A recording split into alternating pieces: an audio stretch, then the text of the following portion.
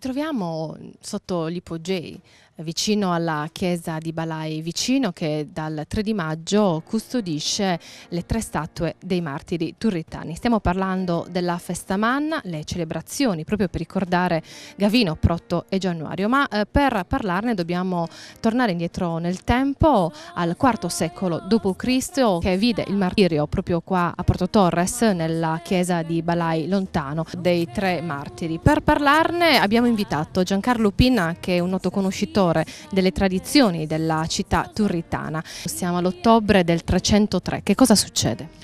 È una data particolare, quella in cui Gavino, Protto e Giannuario vengono uccisi attraverso la decapitazione proprio nella località che noi chiamiamo Balai Lontano. E invece noi qui siamo nella località Balai Vicino, dove i loro corpi hanno sostato per un lungo tempo, almeno 7 secoli, in attesa della costruzione della grande basilica di San Gavino, dove i loro corpi verranno sepolti.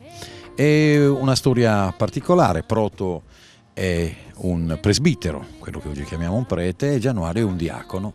Ambedue predicano la fede in Cristo esattamente in questa città. Allora si chiama Turris, siamo nel periodo imperiale romano, e sono raggiunti dall'editto Diocleziano e Massimiano, i 2 imperatori di Roma, che vieta ai cristiani predicare la loro fede. E l'editto prevedeva che se i cristiani non avessero rinunciato alla loro fede sarebbero dovuti essere passati a fil di spada, sarebbero dovuti quindi essere uccisi.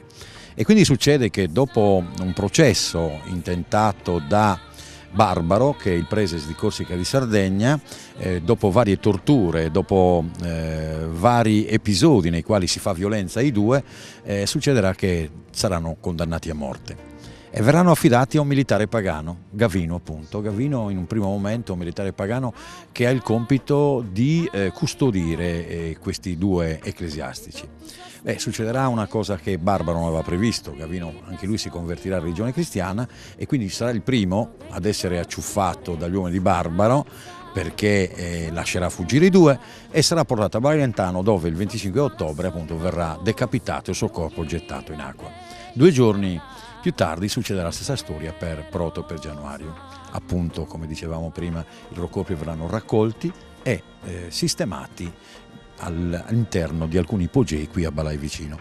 E proprio per ricordare questo momento in cui quando si porteranno le reliquie all'interno della Basilica di San Gavino, di qui, si ricorda attraverso una processione, o meglio attraverso 2 processioni. La prima è il 3 di maggio, che è la vigilia della festa della dedicazione della chiesa. Verranno portate le statue seicentesche in questa piccola chiesa e rimarranno sino al giorno di Pentecoste. Il giorno di Pentecoste faranno ritorno. Allora, questi 3 santi sono molto importanti per la tradizione, per la storia di questa città. E ricordiamo che i 3 santi non solo sono patroni di Porto, ma di tutta l'archidiocesi turritana, quindi sono a fondamento della chiesa del nord-ovest Sardegna. E dal 300 passiamo al 1080. Il giudice di Torres Comita decide di erigere la Basilica di San Gavino, una delle basiliche, anzi se non la più antica basilica della Sardegna. In quel periodo che cosa succede? Che cosa induce Comita a realizzare questa enorme chiesa? Dunque induce Comita a realizzare la chiesa un fatto strano che in qualche maniera lo perseguita, ed è una lebbra. Questo è detto nel condaglio di San Gavino, e che non gli dà tregua, quindi lui succederà che non sarà più capace di governare. Il re Comita lascerà il regno nelle mani di sua sorella Giorgia e trascorrerà il suo tempo nel castello giudicale di Ardara ad attendere, possiamo dire, la morte. Però vi sarà un fatto particolare, che è quello di un'apparizione di una persona vestita di bianco che dice di essere San Gavino, il quale dirà: costruirai una chiesa a Torres, e gli dice anche dove, in Monte Agellu, e al primo colpo di piccone che tu darai per per costruire questa chiesa sarai liberato da questa infermità. Quindi si capisce come si fa portare con una sorta di trabiccolo che si era fatto costruire in maniera tale che quando lui si fosse mosso non sarebbe stato visto dagli altri, perché in quel periodo la lebbra era considerato come un castigo divino, e quindi a questo punto succederà che si reca lì, dovrà dormire perché lo raggiunge la notte, l'indomani mattina si alzerà e nel condario appunto è scritto che non avrà più nessun segno di lebbra. Ecco quindi che comincia la vera costruzione, facendo arrivare quegli 11 mastros de pedra de muro de su plus fine che si potirunt accattare in Pisa, sostanzialmente 11 personaggi esperti nelle costruzioni di chiese che venivano da Pisa, e quindi daranno vita a questa chiesa che è appunto la chiesa romanica più antica e più grande della Sardegna. Ma il culto dei tre martiri risale a molto prima della costruzione della Basilica di San Gavino. Ritorniamo indietro nel tempo dunque. Certo, noi abbiamo una grossa fortuna che il territorio nel quale sta la Basilica di San Gavino, Monte Agello come dicevamo prima, attraverso le pietre archeologiche e le pietre monumentali racconta almeno 2000 anni di storia, e quindi è molto chiaro che dopo il martirio comincia subito il culto di San Gavino. Sono stati trovati in 20 anni di scavi almeno i resti di almeno 3 altre cattedrali precedenti alla basilica attuale, cioè praticamente quella che noi vediamo, pur essendo vetusta, è quella più moderna. Quindi diciamo che abbiamo trovato una cattedrale del IV secolo, una del V, una del VII, ecco, che denotano come questo culto è sempre presente. Questa cosa è molto importante perché fa dire a uno degli studiosi di vite dei santi, appunto una geografo che si chiama Regina Gregoire, che Gavino è il solo martire della Sardegna che ha un'attestazione storica, cioè pur essendo morto nel 1700, noi abbiamo dalla sua morte ad oggi sempre un luogo di culto a lui dedicato, e non succede come altri martiri per esempio, perché hanno un periodo di oblio diciamo molto, molto grande. Quindi il Monte Agello è uno scrigno straordinario, ahimè molte cose sono state anche sepolte, si vorrebbe veramente tirarle fuori in maniera tale che tutto possa essere valorizzato, ed è un luogo di cui parla la Pontificia Accademia dell'Archeologia Cristiana, definendolo come un luogo di importanza mondiale. Questo è un pochino, e quindi diciamo la testimonianza che il culto è sempre presente, e ce l'abbiamo attraverso il racconto delle pietre. Questa volta non sono dei testi, ma sono il racconto delle pietre. Noi conosciamo molte storie che riguardano il martirio di Gavino Prote Januario attraverso la cosiddetta Passio dei Martiri. La Passio dei Martiri, il documento più antico, non è un documento sardo né italiano. È una cosa stranissima che nella biblioteca della Facoltà di Medicina di Montpellier si trovi la storia di Gavino Prote Januario, proveniente da Clairvaux, un'abbazia fondata da San Bernardo nel 1115, nella quale un nostro re nel 1154, Gonario II dell'Aquangunale, è entrato dopo aver lasciato il suo regno. All'età di 40 anni ha lasciato il regno e è diventato monaco cistercense, e quindi si capisce che lui abbia dettato l'amanuense la storia dei suoi santi, dei santi di questa città. Ed fa veramente specie che a 200 km da Parigi, a Clairvaux appunto, nella Champagne, si sa per certo che ogni 30 di maggio e 25 d'ottobre si faceva festa per Gavino Prote Januario. Questa è anche una prova, no? di certe cose che riguardano questa città per molti versi straordinaria, che valcano il Tirreno e che diciamo sono note in contrade diverse dalla nostra.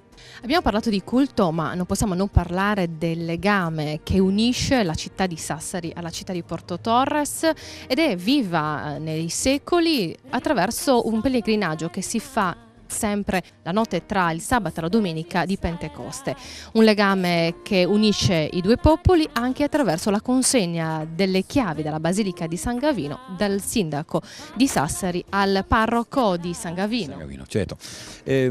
Questo legame con Sassari è un legame di vecchia data. Sappiamo benissimo che col finire la dinastia dei re di Torres, attraverso quella grande regina, l'unica regina dell'Asia di Torres, nascerà di lì a poco il libero comune di Sassari, e diciamo che avrà più importanza naturalmente di Torres, però i legami tra Torres e Sassari sono sempre molto fitti, nel senso che molte persone che abitavano la nostra città, a causa di problemi legati alle incursioni dei barbareschi o dei musulmani, vanno un pochino verso l'interno, e quindi si deve anche alla presenza di molti turritani, quindi abitanti di Torres, il fatto che nasca questa grande città di Sassari. Quindi le cose di Turris o di Torres diventano anche di Sassari, e quindi la lingua, no? Una lingua che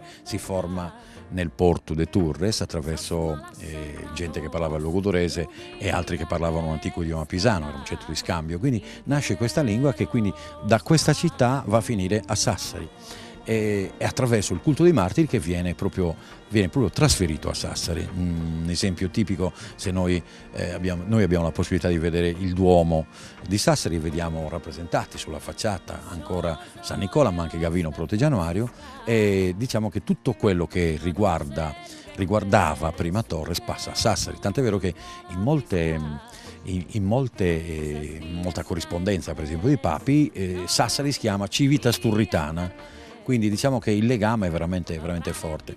Ecco, diventa un legame quindi per fede, ma anche di carattere amministrativo, perché poi quando Torres perderà importanza, la città di Porto Torres farà parte della città di Sassari come un quartiere, e quindi succederà che diciamo il comune di Sassari avrà l'obbligo di mantenere la Basilica di San Gavino, quindi di provvedere tutti i lavori che sono necessari. Il fatto che da sempre il sindaco di Sassari consegni al parroco di San Gavino le chiavi della Basilica è come dire: abbiamo mantenuto fede alla nostra promessa di provvedere a tutti i lavori e ti consegniamo questa chiave, in maniera tale che possa ancora per un anno gestire questa Basilica. La cosa interessante è che se noi andiamo a vedere negli archivi di Sassari, noi vediamo per esempio che anche nel 1400 vi sono dei consiglieri comunali di Sassari che vengono in missione a Porto Torres proprio in occasione delle feste, quindi c'è veramente questo legame molto forte. Legame molto forte che si può anche vedere attraverso i frequenti pellegrinaggi da Sassari a Porto Torres. E appunto quello che si compirà tra sabato e la domenica successiva, che è il giorno di Pentecoste, è un esempio calzante, nel senso che noi abbiamo per esempio notizia di un pellegrinaggio che veniva fatto nel 1620, perché abbiamo un documento che è fatto da un canonico turritano, si chiama Francesco Rocca, un personaggio molto importante e molto colto, che in qualche maniera cerca di disciplinare la processione dei pellegrini da Sassari a Porto Torres, perché probabilmente si era persa così il senso di spiritualità. Allora dice per esempio: facciamo questo pellegrinaggio pensando o alla visita della Madonna Santa Elisabetta, sua cugina, oppure facciamo questo pellegrinaggio diciamo pensando al Calvario di Cristo, in cui la penultima stazione è San Gavino, che è assimilabile al Calvario, e l'ultima stazione è proprio questa chiesetta di Balai, e come il sepolcro di Nostro Signore. Quindi diciamo questo rapporto è molto saldo. Molte volte personalmente io ho pensato che sarebbe anche dei più moderni più interessante che fosse più saldo, anche per dei motivi proprio prettamente umani, insomma. Si chiude questo lungo speciale dedicato alla festa Manna e in particolare ai tre martiri turritani. Io ringrazio Giancarlo Pinna per averci allietato con questa bellissima storia che racconta appunto del martirio di Gavino Protegianuario, ma anche del culto di questa festa che lega soprattutto le due città di Sassari e quella di Porto Torres. Vi ringrazio per averci seguito, alla prossima, arrivederci.